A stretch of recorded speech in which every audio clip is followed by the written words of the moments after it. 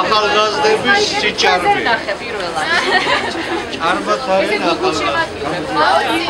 მაგრამ ეხლა ამ ჯერთან ხელმოწერების შეგროვება უნდა დავიწყოთ მომხდარების და ალბათ ყველაფერი უნდა შეავსოთ, მე ესე იგი შარიანობის ჩვენ ძალიან კარგად ვიცით ის სერიოზული მხარდაჭერა და კეთილგანწყობა, რომელიც გვაქვს და აქვს ჩემს კანდიდატურას თელავში და კახეთში ზოგადად, იმიტომ რომ კახელი გლეხი ბრძენია და მან ძალიან კარგად იცის, რომ ქვეყანას პრობლემების მოსაგვარებლად ჭირდება სწორი პოლიტიკური ნაბიჯები, სწორი პოლიტიკური მართვა და იცის ისიც ვთქვათ, რომელ გუნდს და რომელ წარმომადგენლობას უნდა დაუჭიროს მხარეს. მე ერთი ორი სიტყვით გეტყვით იმას, სახალხო კრებამ და დემოკრატიულმა მოძრაობამ ქალბატონი ნინოს კანდიდატურა რატომ წამოაყენა. სამწუხაროდ ამ 10 თვიანი კოაბიტაციის პირადად ჩემთვის და ბევრი ჩემი თანამებრძოლისთვის დანაშაულებრივი კოაბიტაციის გამო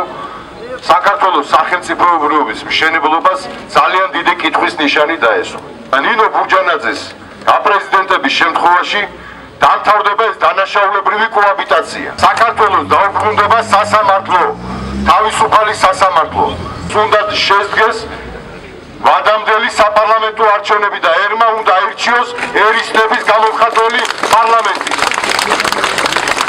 და რაც ალბათ უმნიშვნელოვანესი არის რეგიონისათვის, მე კახეთზე მაქვს საუბარი, თელაველებისათვის, ადგილობრივი თვითმმართველობის არჩევნები, რომელიც უნდა ჩატარდეს თავისუფლად, დემოკრატიულად და ყველა კუთხემ ის ადამიანები უნდა აირჩიოს, ვისაც ენდობა, ვისაც დაუმსახურებია ეს და ვის მოემსახურება ქვეყანას და არა თავიანთ სკამებს და თავიანთ ადგილს და თავიანთ თანამდებობას. დღეს ქვეყანაში არის სრული გაურკვეველი სიტუაცია.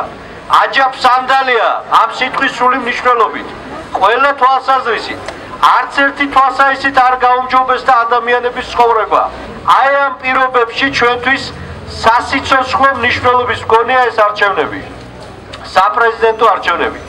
აი ამ პირობებში ჩვენთვის სასიცოცხლოდ მნიშვნელოვანი არის, რომ არჩეული იქნას პრეზიდენტად ისეთი ძლიერი პიროვნება და გამოცდილი პოლიტიკოსი, როგორიც არის ქალბატონი ნინო ბურჯანაძე. და ჩვენ ამას მივახცევთ. ყოველდღიურად სულ უფრო და უფრო მეტი რაოდენობის ადამიანი, რომელიც გუშინ ამას არ იძახდა, იძახიან, რომ ჩვენ ხმას მივცემთ ნინო ბურჯანაძეს. ერთხელ და სამუდამოდ მართლაც ქვეყანაში უნდა შეიქმნას ისეთი ვითარება, როდესაც ადამიანები ცხოვრობენ იმ შრომის შესაბამისად, რომელსაც ისინი მთელი წლის განმავლობაში წევენ.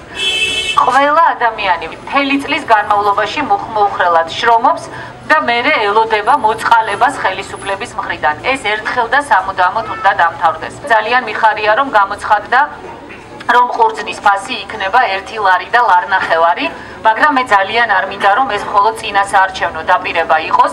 ძალიან არ მინდა, რომ წელს არჩევნების წელს ეს დაპირება შესრულდეს, მაგრამ გაისად და მომავალ წელს და შემდეგ წელს, სანამ ახალი არჩევნები არ მოვა, კახელი გლეხი ისევ იყოს, ესე ვთქვათ, მიჩერებული იმაზე, ვის რა ყურძნის ფასის დაწესება მოუწევს.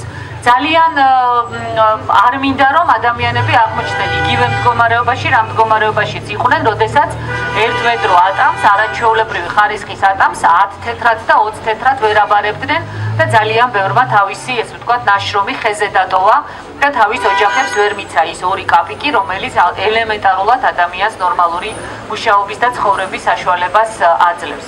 მე ვარ ის ადამიანი, რომელსაც შემიძლია, რომ დავალაგო ურთიერთობები ყველა სახელმწიფოსთან, ყველა მეზობელთან და დავალაგო ურთიერთობები რუსეთთან, ვისი გაკეთებაც ნამდვილად სხვებს არ შეუძლიათ და შიშით გული უსკდებათ რუსეთის ხსენებაზე და რუსეთის პრობლემებზე ლაპარაკით, ემან პრორუსულობა არ დაუბრალდესო.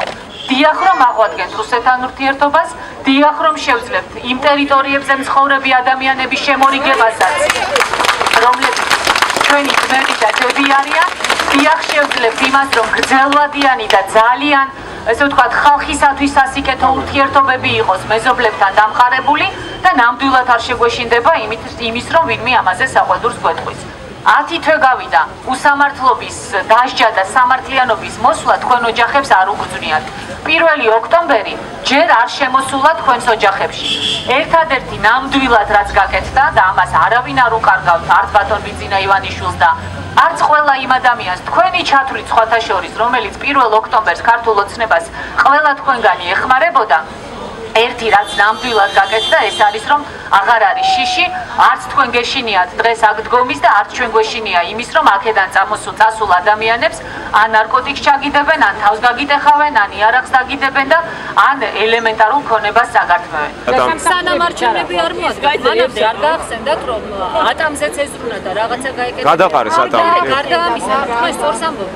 ვინც დაუშვათ ქალაქში ცხოვრობს, ცენტრში ცხოვრობს, ზოგს არა, არც ადამიანი გადაუწენია, სამსახური ჭირდება იმ ადამიანებს. ერთი ნაბიჯი უბრალოდ რომ გადადგულიყო, რაც დაჯდა მარტო პარლამენტში ქუთაისსა და თბილისის შორის მთელი მთავრობის პარლამენტარების ამადი სიარული.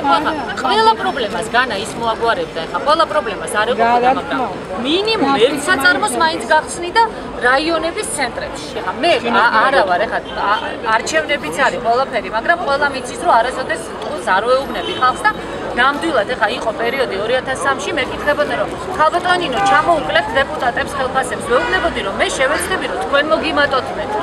მაგრამ მაშინ იყო დეპუტატის ხელფასი 200 ლარი და 300 ლარი. არა უშავდა ფული იყო, მაგრამ დიდი არაფერი. ეხლა ისე მოეწონათ, ამათ 10-დან 15 პოსტსაბჭოთა ასი ყველაზე მაღალი ხელფასები ჩვენ მინისტრებს აქვთ. დაუშვათ, ვინც ამბობს, რომ კი ალბათ ჯობია რომ გურჯანაძე მოვიდეს, თუ ის ადამიანი არჩევნების დღეს დარჩა სახლში და თქვენ ის ადამიანი ვერ მოიყვანეთ, თქვენ ხო იცით რომ ნაციონალები ყველას მოიყვანენ. ოცნებაც ალბათ გამოიყენებს ადმინისტრაციულ რესურსს, ხო? ამიტომ თქვენ უნდა დათვლილი გქონდეთ, რამდენი ადამიანი მოდის მოიყვანოთ არჩევნებზე, ხმა მოაცემინოთ ამ არჩევნებზე და მერე განსაკუთრებით ბიჭებს, თუმცა ქალებიც არ ჩამოუვარდებიან კაცებს. დავიცვათ ის ხმა, რასაც მოგცემენ.